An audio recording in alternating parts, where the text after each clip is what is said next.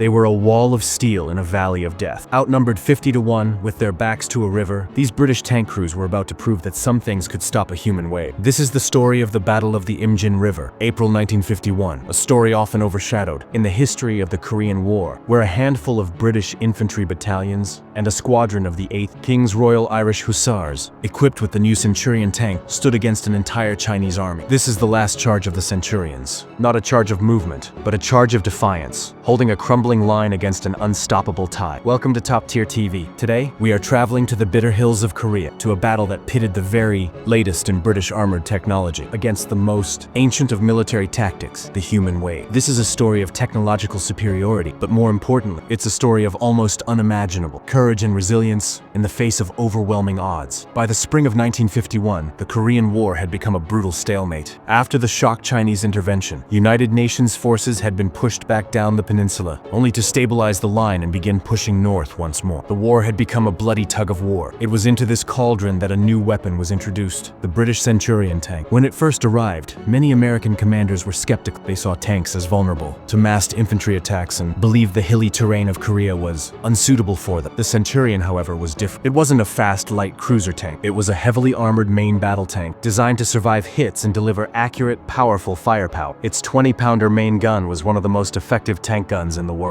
The men of C Squadron, 8th King's Royal Irish Hussars, were confident in their new machines, but they were about to be tested in a way no one could have anticipated. In April 1951, UN forces were launching a new offensive, codenamed Operation Rugged, but the Chinese had an offensive of their own plan. Their goal, to smash through the UN line and recapture the South Korean capital, Seoul. The point of their main effort was a valley guarded by the British 29th Infantry Brigade. The 29th Brigade was spread thin, holding a front of about 12 miles. Their positions were a series of isolated hills. In support were the 15 Centurion tanks of C Squadron, commanded by Major John French. Their role was to act as mobile artillery and a rapid reaction force, rushing to plug gaps in the line. On the night of April 22, 1951, the Chinese spring offensive began. An entire Chinese corps, over 27,000 men, descended upon the 4,000 men of the 29th Brigade. They came in waves, blowing bugles and whistles, a terrifying sight and sound designed to instill panic. The initial attacks were ferocious. The British Infantry Battalion, on their hilltops, were quickly surrounded and cut off. It was here that the Centurions proved their worth. They were not relegated to the rear. They moved forward, into the valleys and along the roads, acting as steel bastions. Their first and most crucial role was to keep the one main supply route open. This was the lifeline for the entire brigade, the only path for ammunition, reinforcements, and most grimly, the only path for withdrawal. For the next 3 days, the Centurions fought a desperate mobile battle. They would roar from one crisis point to another. When a hilltop position was about to be overrun, the Centurions would provide direct fire support, their high-explosive shells and machine guns cutting swathes through the densely packed Chinese formations. One of the most famous actions involved the tanks defending a critical point known as the castle site. Here, a few Centurions, including one commanded by Lieutenant John Mole, held a narrow pass against repeated human wave attacks. They fired their main guns at point-blank range, the concussive blasts wiping out entire squads. When Chinese soldiers got close enough to throw satchel charges, the tank commanders stood in their hatches, firing their Browning machine guns until the barrels glowed red-hot. The Centurion's heavy armor was its saving grace. It withstood hits from Chinese anti-tank rifles, mortars, and even direct hits from 45mm anti-tank guns that would have destroyed lighter American tanks. They became immovable objects in a sea of chaos.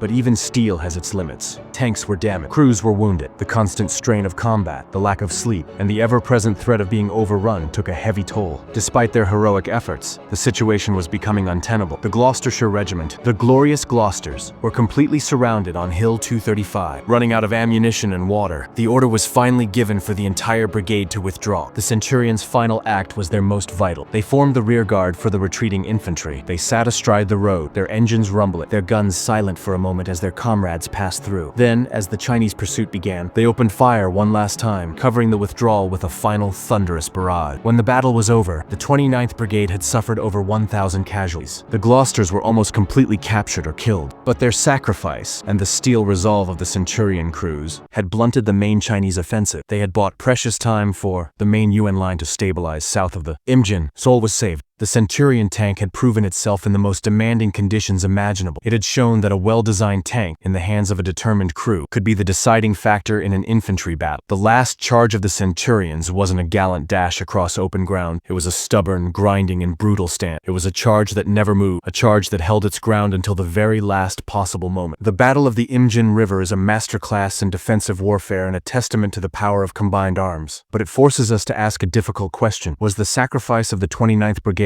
and the Gloucesters in particular, a necessary price to pay to halt the Chinese offensive, or a tragic consequence of being given an impossible mission? I want to hear your perspective. What do you believe was the single most important factor in this heroic stand? The robustness of the Centurion tank, the discipline of the British infantry, or the leadership of junior officers and NCOs on the ground? Share your thoughtful analysis in the comments below. If you want to ensure you never miss a deep dive into history's most pivotal and courageous stands, then you need to subscribe to Top Tier TV and hit the notification bell. If this video paid proper respect to the men who held the line at the Imjin River, please give it a like. It helps us honor their memory by sharing their story. Thank you for watching. Remember the stories. Honor the sacrifice. We'll see you in the next video.